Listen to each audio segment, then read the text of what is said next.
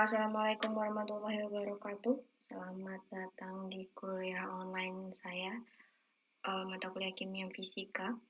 Hari ini kita akan membahas sedikit tentang ikatan kimia. Ya, sebelum kita masuk ke elektrolit dan lain-lain, saya akan terlebih dahulu mengulang lebih tepatnya karena di kimia dasar sudah pernah saya sampaikan materi ini tentang ikatan kimia. Jadi ini hanya sekitar 10 slide kalau tidak salah ya.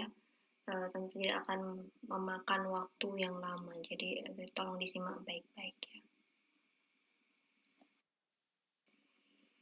Nah, ikatan kimia yang pertama itu adalah ikatan ionik ya, seperti yang kalian tahu.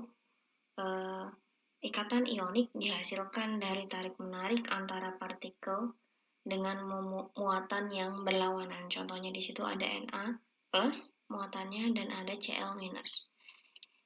Ini saling berikatan. Nah, ikatan ionik terjadi antara logam dan non-logam. Kenapa? Karena logam mempunyai energi ionisasi yang rendah, itu agak typo ya, dan mudah melepas satu elektron agar lebih stabil, sedangkan non-logam itu memiliki afinitas elektron yang rendah. Seperti yang kalian tahu, energi ionisasi adalah energi yang diperlukan untuk melepaskan satu elektron terluar ya. Jadi makin sedikit energi ionisasi, maka suatu atom tersebut akan semakin mudah melepaskan elektron dan bermuatan positif. Nah, sebaliknya itu adalah afinitas ya. Afinitas itu sekarang sudah tidak digunakan lagi. Jadi kita lebih sering menggunakan elektronegativitas ya. Untuk non-logam itu senyawa elektronegativitasnya tinggi, sehingga dia mampu menarik elektron yang tadi sudah dilepaskan oleh ion logam ya. Jadi di sini ada Na ini berlaku sebagai logam. Seperti yang kalian tahu, Na itu alkali, golongannya 1A. Dia punya kecenderungan melepas satu elektron, kemudian berikatan dengan Cl. Cl itu golongan 7A atau halogen ya. Dia punya kecenderungan mengambil satu elektron. Nah, Na dan Cl itu berikatan secara ionik. Na memberikan elektron, kemudian Cl menerima elektron dari Na.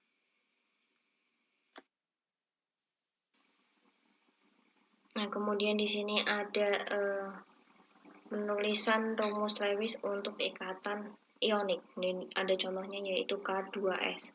K itu ada di golongan berapa? Tolong dibuka SPU-nya. Jadi bisa di-pause dan diambil dulu SPU-nya. K itu ada pada golongan 1A. Ya. S itu ada di golongan berapa? S itu ada di golongan 6A. Di bawahnya O. Ya. K itu 1A tadi, sehingga dia punya satu elektron valensi atau satu ikatan terluar. S karena dia di golongan 6A, dia punya 6 elektron valensi. Ya. K plus atau K yang telah melepaskan satu elektron, itu nggak ada elektron valensinya. Sehingga akan menjadi demikian.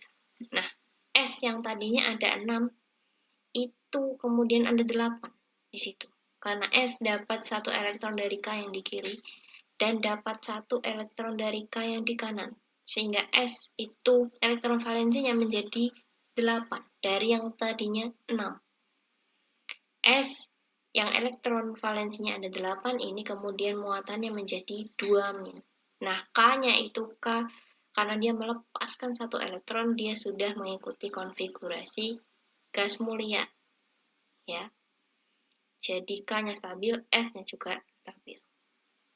Membentuk ikatan K2S. Nah, selanjutnya ada sedikit kuis di sini. Manakah dari pilihan berikut yang merupakan unit penyusun dari A2O? Ya, A ini kan kita tidak tahu dia ada di golongan berapa. Tapi kita tahu O itu ada di golongan 6A. O ada di golongan 6A sehingga dia butuh 2 elektron lagi untuk bisa stabil. Untuk mengikuti kestabilan gas mulia, yakni 8A. Ya. Sehingga O itu karena butuh 2 elektron, muatannya menjadi 2 min, menarik 2 elektron. Nah, karena O 2 elektron, tentu saja A itu memberikan masing-masing 1 elektron. Sehingga A1A itu punya muatan plus 2A, kemudian ada muatannya 2 plus, sehingga A2O itu muatannya netral. Jawabannya adalah A.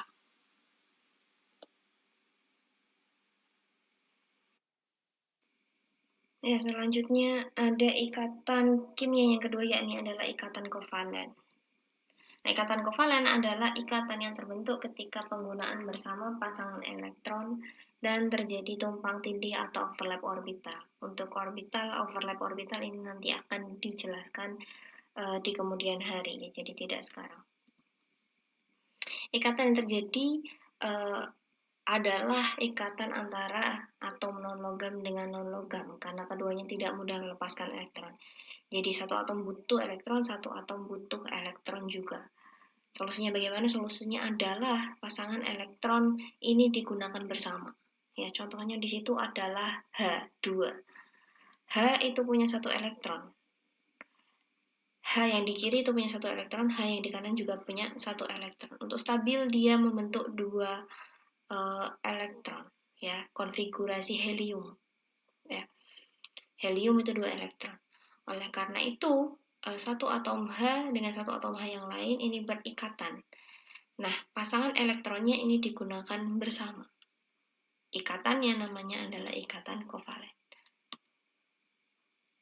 Ya, ikatan kovalen disimbolkan dengan 2 titik yang di tengah itu jadi sejajar antar atom atau dengan garis di antara atom. Jadi H garis H itu adalah ikatan kovalen.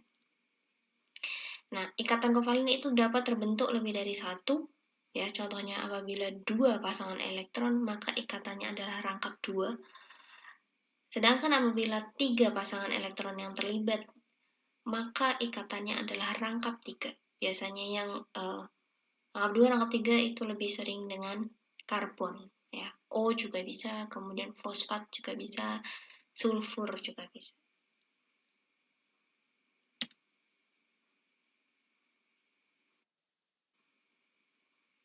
Nah, selanjutnya ada energi yang dibutuhkan untuk memecah 1 mol ikatan kovalen pada fase gas, ini disebut energi disosiasi ikatan, disimbolkan sebagai D besar. D ini bervariasi menurut tipe ikatan, single, double, atau triple ikatannya. Ya. Kan tadi kovalen bisa 3, bisa 1, bisa rangkap 2, bisa rangkap 3. Kemudian D bervariasi tergantung atom yang terlibat dalam ikatan. Pembentukan ikatan akan menstabilkan struktur dan menurunkan energi. Yang namanya atom membentuk ikatan itu adalah untuk menstabilkan. Ya, jadi yang berpasangan itu lebih stabil daripada yang sendirian. Oke, jangan tersinggung. Kemudian stabil itu berarti dalam segi energi, energinya lebih rendah sehingga dia nggak gelayapan kalau di dibahasakan. Jadi energinya rendah sehingga dia stabil kalau sudah berpasangan dan membentuk ikatan. Nah, ikatannya ini pemecahan ikatan tersebut itu energi yang diperlukan untuk memecahkan ikatan tersebut disebut energi disosiasi ikatan. Nah, setelah tadi kita bahas sedikit tentang bond dissociation energi, ini akan kita singgung juga tentang aturan oktet atau oktet rule. Jadi suatu atom seperti yang telah saya jelaskan dulu di kimia dasar juga, untuk mencapai kestabilan atau untuk membentuk ikatan, itu suatu atom mengikuti aturan oktet. Aturan oktet itu apa? Aturan 8 elektron. Ya, 8 elektron ini asalnya dari mana? Asalnya dari orbital. Kalau nanti kalian akan belajar orbital. Tetapi ini belum, ya.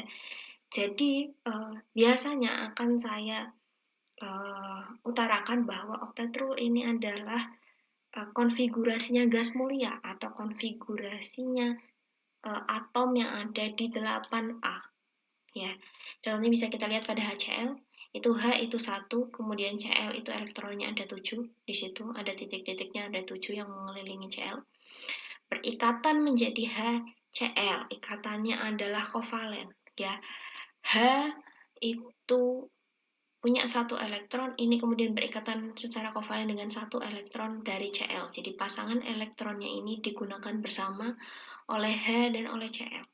Sehingga H punya 2 elektron, hitungannya begitu. H punya 2 elektron, dia stabil kalau punya 2 elektron. Karena dia mengikuti konfigurasinya helium, ya. Tolong sambil saya ngomong sambil dibuka SPU-nya, ya. Dia mengikuti konfigurasinya helium. Helium itu ada di 8A. He. Cl itu ini sudah 8, ya. 7 ditambahkan dengan 1 elektron dari H, dia menjadi 8. Oke. Cl stabil karena mengikuti konfigurasinya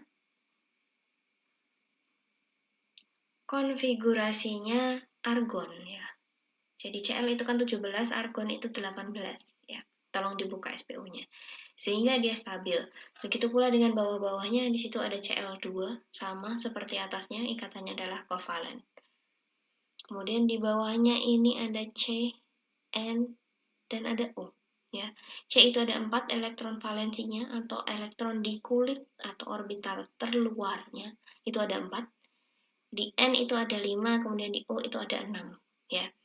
Di situ ada contohnya kemudian CO2. CO2 karena O itu punya 6, berarti dia butuh 2 lagi. 2 dapat dari mana? Dari C. Ya. Kemudian O yang di kanan, tadi 1 O, kemudian O yang satunya lagi juga butuh 2. 2 dapat dari mana? Dari C. Sehingga ikatannya adalah rangkap 2, CO2. Ya.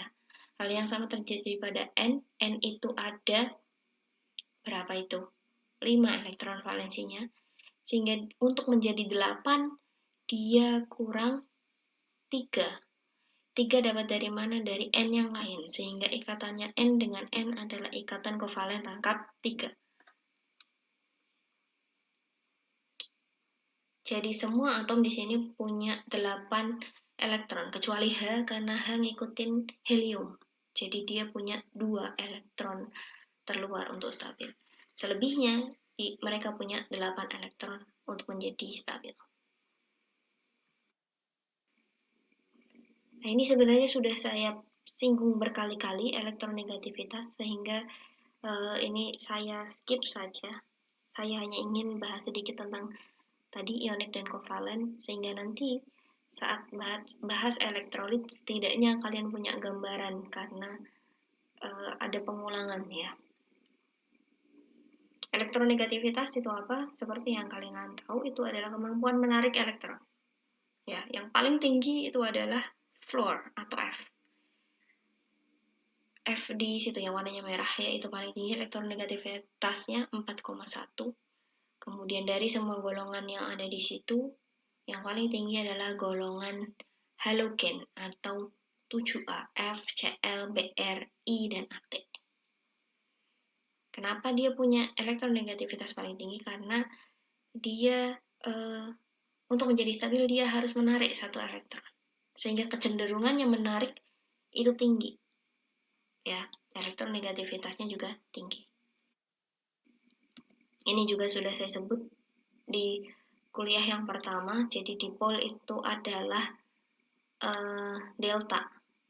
Delta positif dan delta negatif untuk H, dan F itu yang positif ada di H, negatifnya ada di F. Karena F punya kecenderungan menarik elektron.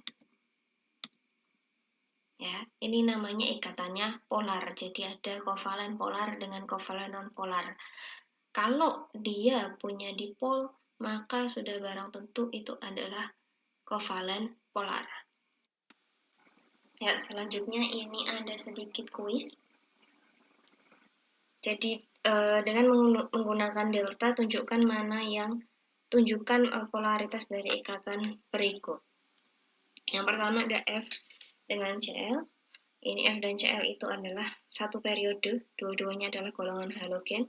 F itu di periode 1, F itu di periode 2, maaf, lari kedua di atas kalau kalian lihat. Cl itu di periode 3, ya. Jadi F itu lebih kecil daripada Cl, F elektronegativitasnya lebih besar daripada Cl sehingga dia muatannya negatif. Kemudian ada C dan ada O. Ini C dengan O itu satu periode. Dua-duanya di periode 2. C itu ada di golongan 4. O itu ada di golongan 6A. Ya. O lebih kanan daripada C. Sehingga O ini lebih negatif daripada C. Selanjutnya ada C dengan N. Ya. C tadi ada di golongan 4A, N itu di golongan 5A, sehingga N itu lebih negatif daripada C. Lebih kanan posisinya pada SPU. Tolong bawa SPU, ya. Nah, yang terakhir itu ada N dengan ada Cl. N dan Cl. N dan Cl itu berbeda periode. N itu di periode 2, Cl itu di periode 3. Cl itu memang halogen, ya, tapi N itu lebih kecil. Jadi N lebih negatif daripada Cl karena berbeda periode, ya. Jadi kalian bandingkan dulu periodenya, baru kalian bandingkan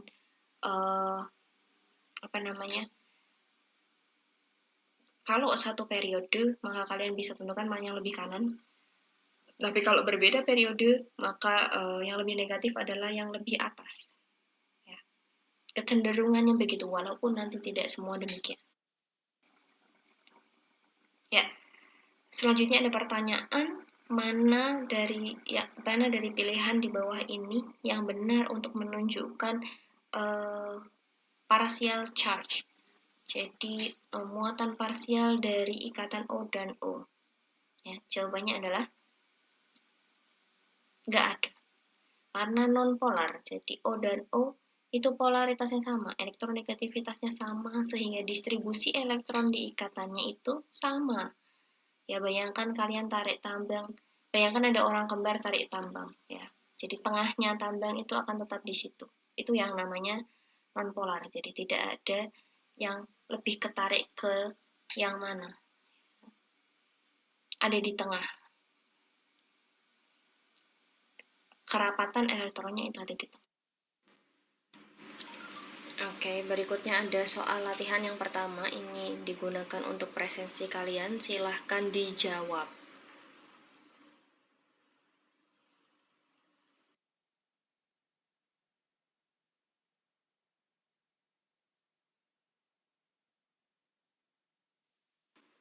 Oke, berikutnya adalah soal nomor 2. Silahkan dijawab.